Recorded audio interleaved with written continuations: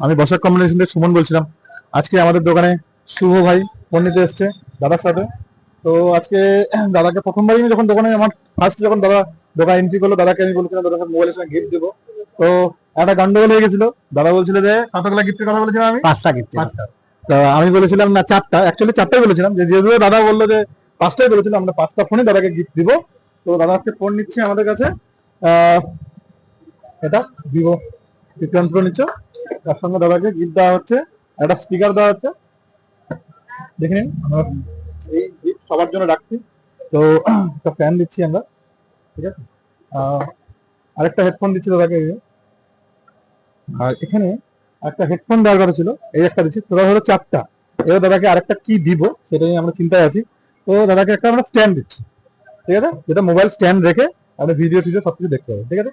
তো টোটাল আমরা 5টা গিফট দিচ্ছি। দাদা তো দিনের বেলা কষ্ট করে আমাদের দোকানে আসছে, তার জন্য দাদাকে অনেক ধন্যবাদ। দাদা কেমন লাগলো গিফট পেয়ে? ভালো লাগছে। ভালো লাগছে তো? হ্যাঁ, ভালো লাগছে। তাহলে